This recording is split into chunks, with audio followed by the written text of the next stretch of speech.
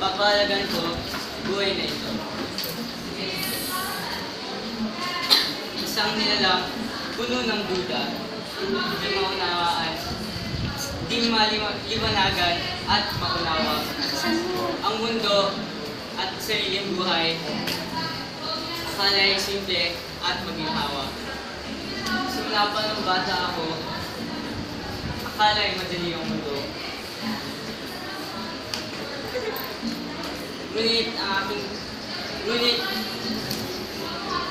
Ngunit ang pinaghinalay, hindi pala magkakatotoo. Walang kahirap-hirap noong una. Pagsasayal, pero ang atuman. Nang tumagal, dun lang napagkanto. Ilisyon lamang ang buhay noon. Ang buhay ngayon ay walang iba. Hindi katulad noong umpisa. Sunod ng hirap at pagtsatsaga.